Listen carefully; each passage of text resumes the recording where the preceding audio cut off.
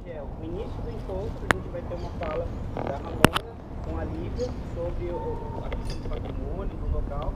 A gente está dentro da semana, como eu falei, participando também junto.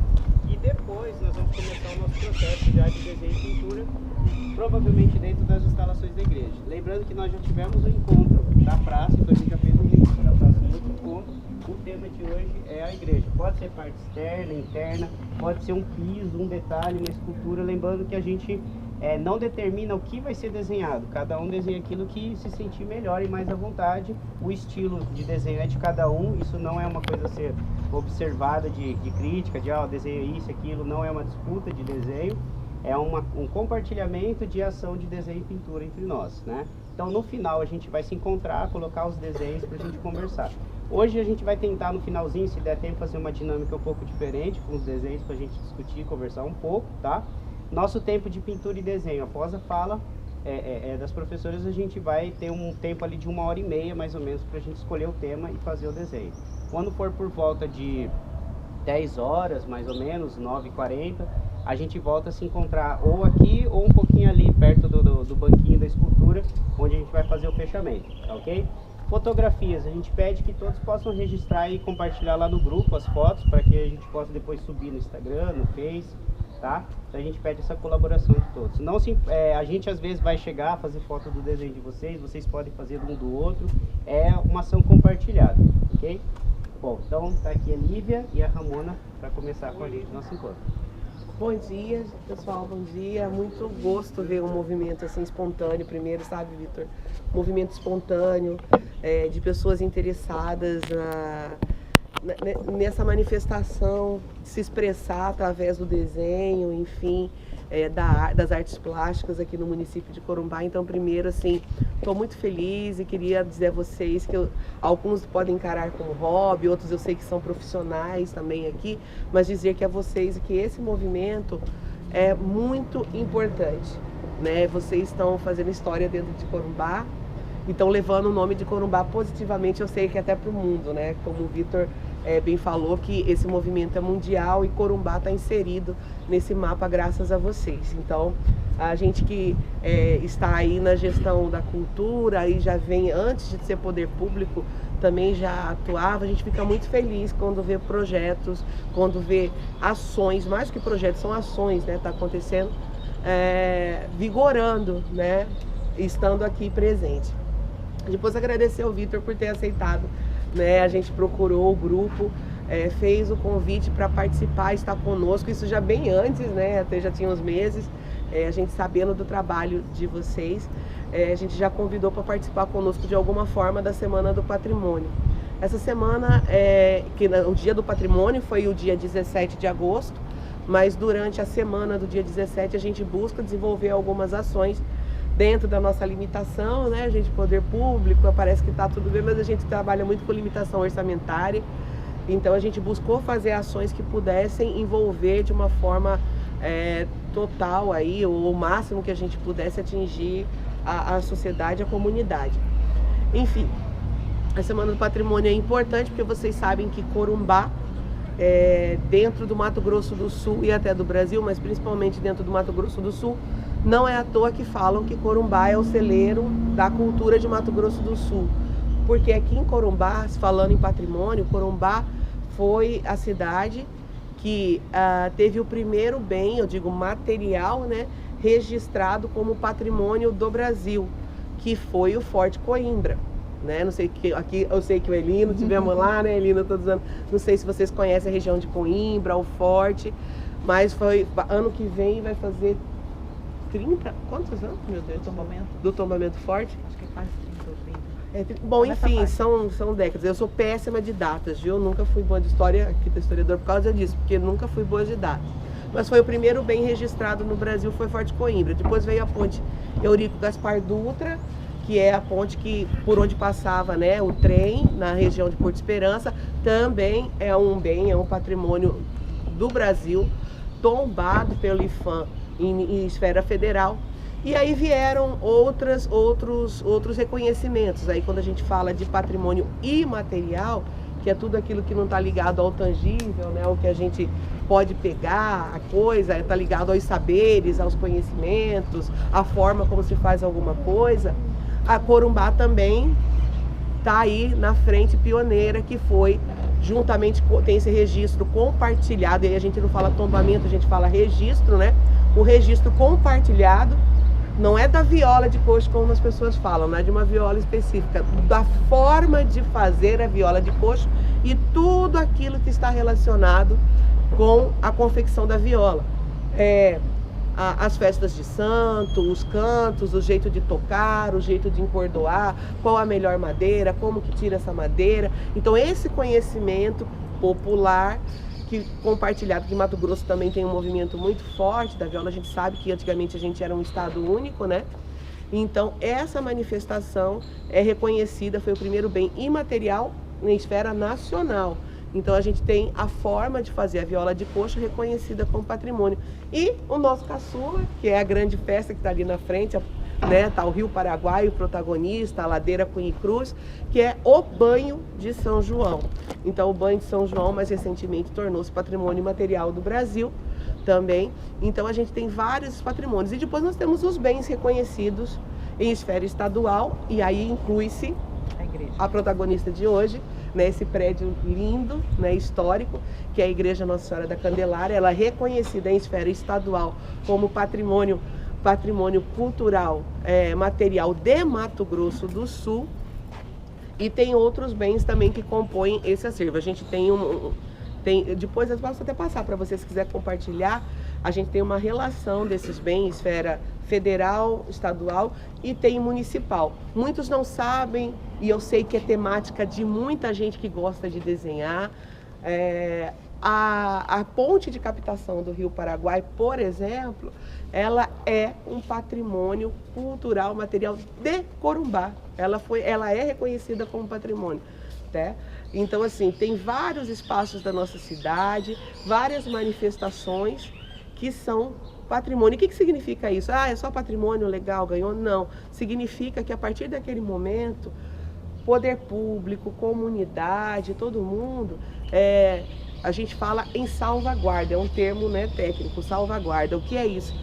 É a gente criar mecanismos e ações para preservar aquele bem, seja ele material ou imaterial, seja uma festa, seja o próprio prédio da igreja. Então a gente tem que pensar em estratégias de forma conjunta para a gente sempre poder preservar, exaltar, fazer essa questão que a gente está fazendo hoje aqui também com vocês estão fazendo e proporcionando, é uma espécie de educação patrimonial também.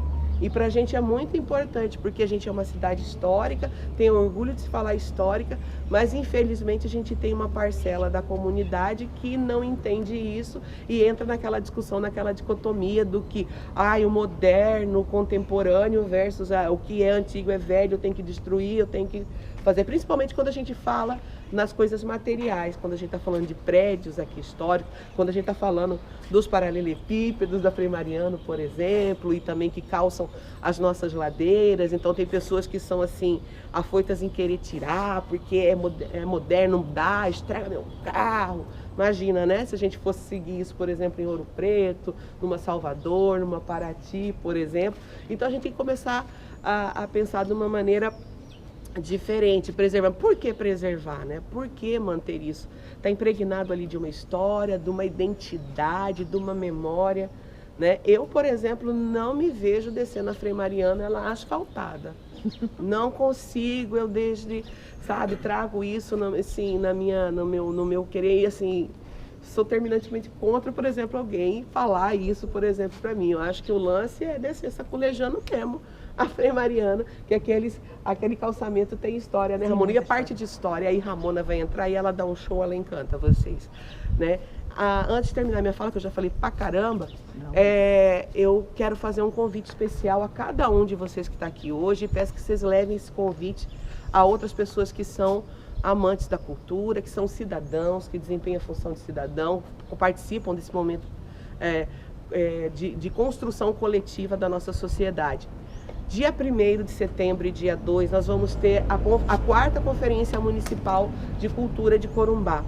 É um momento importante onde a gente coloca nossas propostas, de repente aqui o grupo pode levar como grupo, né, ou como pessoa mesmo, cada um indivíduo, pode levar propostas, por exemplo, para a área que vocês atuam, que é a parte do desenho, que é a parte das artes plásticas, outros, enfim. Sintam-se à vontade, divulguem, participem. Segunda ou terça-feira, eu não sei exatamente segunda ou terça, a gente já vai lançar as inscrições digitais. Então a pessoa pode entrar pela internet, no link, fazer sua inscrição. Aí no dia 1º chega um pouquinho antes, só para finalizar o processo ali de credenciamento.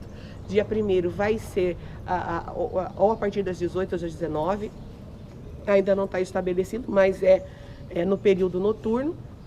E dia 2, que é um sábado, vai começar pela manhã as discussões com os grupos de trabalho, os GTs. E desses GTs, que estão seguindo eixos da Conferência Nacional, isso é uma preparatória para a Conferência Nacional, a gente vai tirar as propostas, né, levar para a Assembleia Geral, enfim, tirar as propostas de Corumbá, que vai seguir, tirar delegados também, ou seja, vocês podem ser um dos delegados que podem ir para a Conferência Estadual e posteriormente também para a Nacional, defendendo as propostas, as ações e as ideias saindo de Corumbá. Então, assim, é importante a participação por isso. E a gente precisa muito de quórum. A pessoa fala assim, eu não vou, tipo, eu sou do FMS, mas não vou porque a Geórgia já vai estar lá. Não, gente, a gente precisa de gente. Vai a Geórgia e vai todo mundo que puder da IFMS. Porque a partir do número de quantitativos de presentes nessa abertura, é que a gente vai conseguir determinar o número máximo de delegados que a gente vai conseguir levar. Então, se a gente tiver, por exemplo, vou chutar um número assim que não é nada a ver, 100 pessoas, a gente vai conseguir tirar pouquíssimos delegados.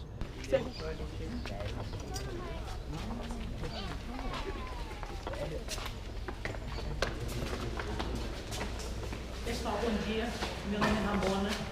Eu estou junto com a Lívia na Fundação de Cultura com relação aos bens patrimoniais e a gerência do patrimônio histórico e etc.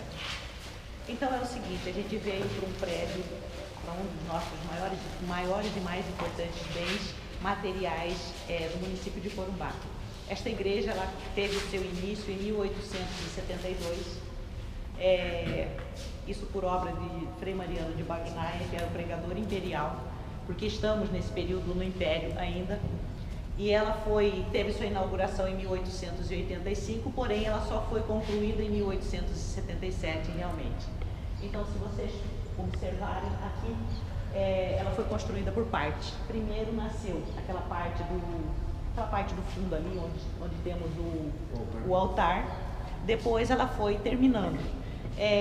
Assim como a parte externa, nós tínhamos, era previsto que houvessem 2 torres, porém Frei Mariano de Bagnaia não teve condições financeiras de confeccionar as 2 torres. Ficamos apenas com uma torre e ela continua bonita, mesmo com uma torre só. Então, essa parte de cá, do fundo do altar, foi construído por Martinho Santaluce. Martinho Santaluce foi um dos nossos principais construtores nesse período pós-guerra contra o Paraguai. Então nós vamos encontrar muitos bens materiais construídos por ele. Então ele construiu o altar-mor, assim como aquela parte do fundo toda foi elaborada por ele. Inclusive ele se casou nesta igreja com uma corumbaense. Como vocês podem observar, no topo do altar nós temos o brasão ainda do Império, o brasão imperial, vamos chamar. Um outro detalhe importante desta igreja é que ela tinha nessas 2 partes aqui do meio, haviam 2 altares. E uma dessas reformas, infelizmente, foi tirada. Então, aqui no meio, bem aqui nesse espaço que hoje está vazio, haviam 2 altares maravilhosos em que ela já passou por muitos processos de intervenção e de restauro e etc. Em um desses processos, esses altares foram retirados. Uma outra coisa importante também que vocês podem observar são essas molduras. Elas foram feitas por um espanhol chamado Burgos. O sobrenome dele era Burgos e ele trabalhou por muito tempo em Corumbá. Assim como aquela cruz da igreja de Nossa Senhora da Auxiliadora também, tem uma cruz de madeira também confeccionada por ele. Então são muitos elementos nesta igreja que nos remetem a um período bem bacana da nossa cidade, em que ela estava ainda no seu processo de construção e etc. A gente não pode esquecer que essa igreja já é no pós-guerra, 1872, com o final da guerra contra o Paraguai. Então, Corumbá, sempre no seu desenho original, isso lá, Corumbá é de 1878, sempre houve uma igreja nesse espaço. Se vocês observarem os mapas antigos, tem sempre uma igreja. Corumbá, ela nasceu com a igrejinha no centro e ao redor as casas. Então ela era fechada, como se fosse um forte, com as casas ao redor e a igrejinha bem no centro.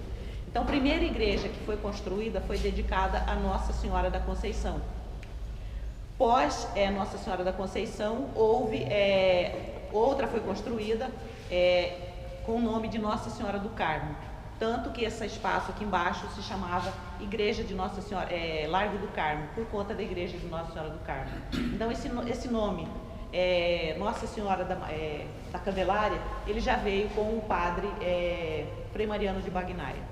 E aí você pesquisar o que é Candelária, ela vem de Candeias. Candeias significa iluminação, candelabro, iluminação. Então ele queria que esta cidade fosse iluminada pela fé. E por isso ele dedicou essa igreja em homenagem à Nossa Senhora da Candelária. Tá? E de lá perpetua até hoje, ela é tombada tanto pelo município quanto pelo estado. Então ela é um dos nossos principais bens materiais e imateriais desse espaço.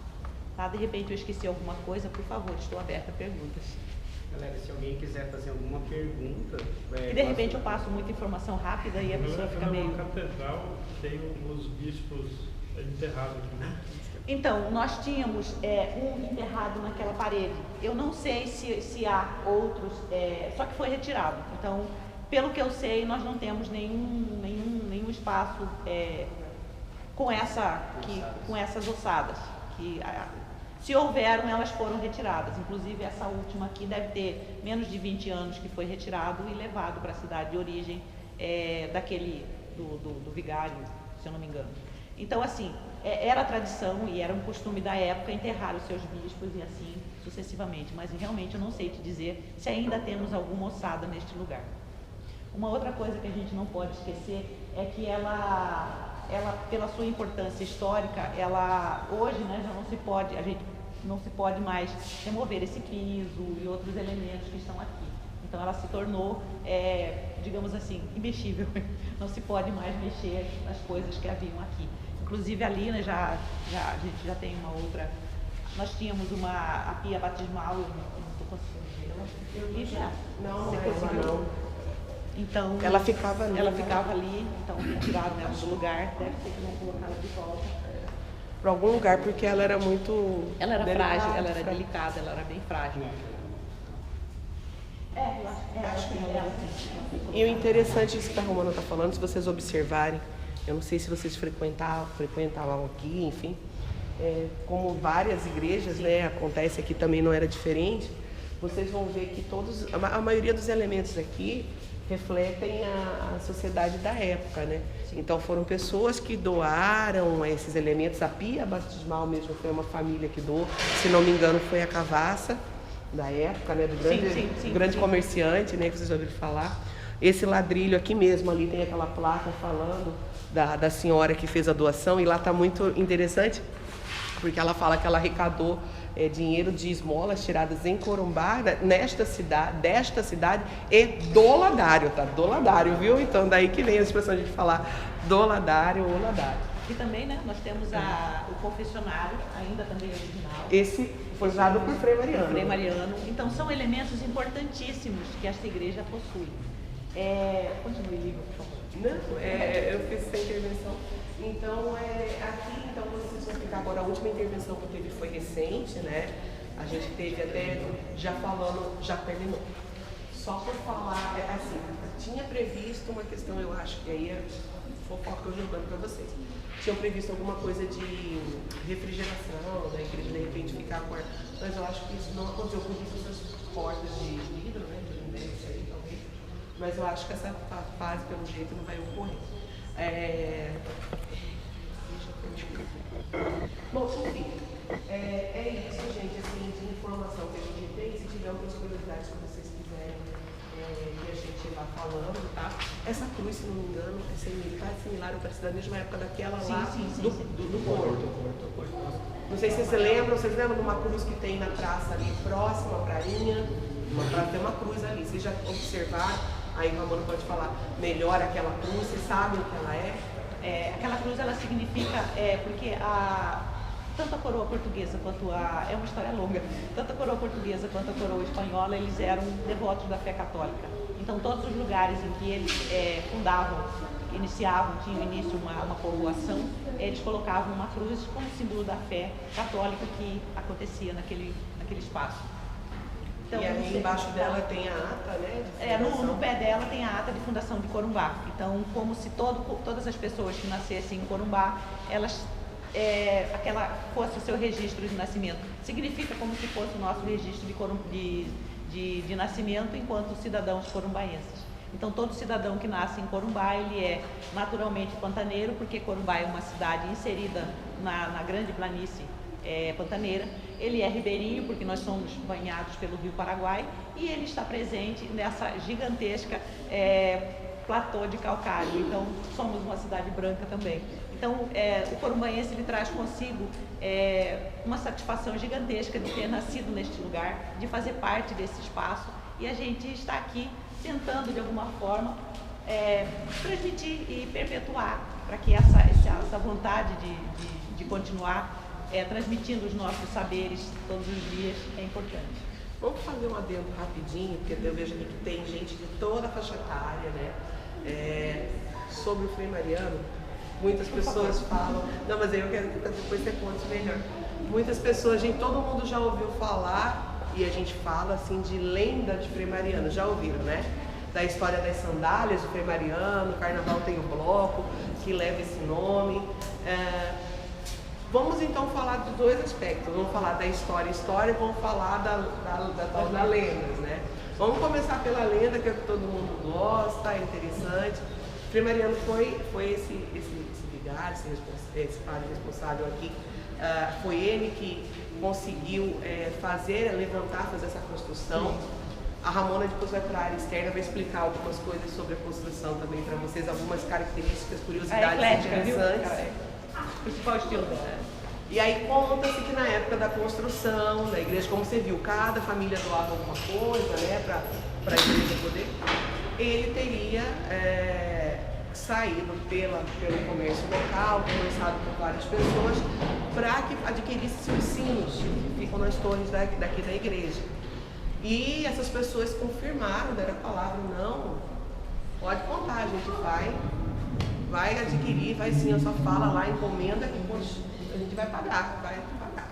E conta-se essa história que aí os sinos chegaram, né, instalação, e aí essas pessoas que haviam se comprometido com o padre, não, arcaram com aquilo que comprometeram.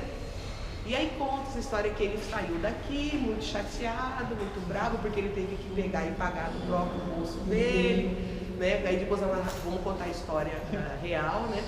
E aí ele teria saído daqui desgostoso e falado e rogado uma praga, né, contra a cidade, pegando suas sandálias, enterrando em um local incerto e não sabido, e falou que enquanto não se achasse as sandálias dele, a cidade não ia prosperar e não iria se desenvolver.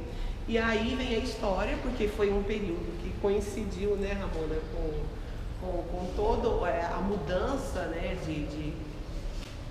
da economia e tudo, então coincidiu, então a lenda casou, ou a lenda veio para explicar esse momento histórico que a Ramona vai dizer, porque na verdade o Frei Mariano foi prisioneiro de guerra, né? Foi, o Frei Mariano de Bagnaia, ele veio da Itália e ele, lá mesmo ele já se encantou, ele solicitou que ele viesse para um espaço onde precisasse ser evangelizado. E aí, por intervenção da igreja, ele veio para a província de Mato Grosso, naquele momento. A província de Mato Grosso, para muitos naquele instante, era considerado como se fosse um presídio ou um lugar de degredo, ou etc., por todas as dificuldades que nós enfrentávamos naquele período. Então era como se fosse um castigo vir para cá. E ele justamente, querendo catequizar essas almas que precisavam de uma luz divina, ele se interessou e veio para cá. Chegando aqui, com muita dificuldade, ele começou a trabalhar e ele era o pregador imperial. E ele não pregava apenas em Corumbá, mas em toda a província, em todo esse espaço aqui, que hoje é Mato Grosso do Sul, principalmente Miranda, Aquidauana. Então ele fazia parte de outras igrejas que ele construiu no estado. Então o espaço em que ele era responsável era muito grande. E ele sozinho não conseguia dar conta de tudo, mas mesmo assim ele ia à luta. e fundar, construir uma igreja de forma permanente aqui seria muito interessante, porque as nossas igrejas antes aqui eram uma igrejinha apenas de pau a pique com telhado de madeira, tanto que em 1800, quando vocês ouvirem falar que Corumbá pegou fogo em 1800, é verdadeira, porque o espaço em que nós tínhamos eram apenas casas de pau a pique com telhados de sapê, e aí uma delas pegou fogo e todas ao redor também se incendiaram, ficando apenas em pé a igrejinha, porque o telhado dela era de telha de barro e não de sapê como as outras. E aí todas essas dificuldades que ele precisava enfrentar para que construísse uma igreja realmente, vocês podem observar a espessura dessas paredes, elas são construídas por pedra, então são espessuras enormes para que se conseguisse ter em sua base de sustentação duas torres e etc. Telhado de telha de barro. Então, assim, uma estrutura muito boa para aquele período. 1872, a cidade estava vindo de um pós-guerra. E ele, nesse período da guerra, ele foi preso, ele foi levado pelo Paraguai, ele foi levado para Assunção, ele foi torturado como prisioneiro de guerra, ele ficou num espaço fechado, onde tinha cobra, ratos e etc. Então, ele foi torturado realmente, e isso acabou mexendo de alguma forma com a mente dele. Nunca mais, depois da guerra, ele foi o mesmo que ele era antes de ser torturado e etc. E aí ele vem desse período de tortura, vem para Corumbá, finaliza essa igreja, mas ele precisava também do relógio. Então, tanto dos sinos quanto do relógio, ele precisava de dinheiro para se colocasse, tanto o sino quanto o relógio nesse espaço. E aí o relógio também, ele precisava de dinheiro para se conseguir, ele precisava de dinheiro para conseguir instalar o relógio e etc. E os sinos, um dos sinos é da Marinha, foi fabricado aqui em Ladário, pelo pessoal da Marinha, e outros dois, um deles é do Uruguai e o outro é da Argentina, ou os dois do Uruguai, eu não me lembro direito. Teríamos que subir lá para ver o carimbo, porque todos os três eles são carimbados com a sua origem. Então, todas essas polêmicas ele teve que enfrentar para que essa igreja hoje estivesse aqui do jeito que ela está, tombada, linda e maravilhosa. Então, e ela é a igreja católica mais antiga do estado. Assim como a igreja batista ali da rua Dom Aquino, também é a igreja mais antiga do estado. Então, são instituições extremamente antigas e que fazem parte do nosso contexto social. Eu acho que alguém quer intervir, comentar, ouvir uma história? Olha lá. Esse relógio seria de lá daquela outra igreja? Não, era um relógio próprio para ela. Então ele também correu atrás de dinheiro para se conseguir verbas para colocar o relógio em funcionamento. Colocaram, porém ele não teve dinheiro para pagar, porque muitas pessoas disseram para ele que ia ajudar nessa e não ajudaram. Ele teve que tirar da igreja para pagar. Então isso acabou aborrecendo ele demais. Sim. Bom dia. Eu queria saber se tem algum livro publicado que conta parte dessa história ou essa história. Temos um livro na Biblioteca Municipal Lobivar de Matos, que é ali na Rua Delamare, antiga Câmara Municipal. Você solicita o livro de Frei Mariano de Bagnaia, ele tem uma capa azul e ele conta toda a história, inclusive do padre, de toda essa história que eu estou falando aqui. Então nós temos esse registro. E o material, só para quem estudar no CDB, é só ir lá no CDB em Campo Grande, que a própria editora dá esse livro de graça para você. Olha que bacana. Então, e um material mais acessível, que pode até acessar várias idades, né? É uma cartilha produzida pela artista plástica Marlene Mourão, do Peninha, que também fala, ela tem sido, me engano, para comercialização ali na banca do Natércio, que é outro ponto histórico de Corumbá, né? A banca do Natércio. Tem a cartilha lá do Frei Mariano, que aí ela fez de uma forma mais lúdica, né? Com desenho, com arte que vocês fazem, contando também essa história do Frei Mariano, né? Então também é um ótimo dica de presente. Aí, olha eu, acho que já não. E aí, para quem por algum motivo não puder consumir assim, a Biblioteca Céu ela fez uma doação de mais exemplares recentemente.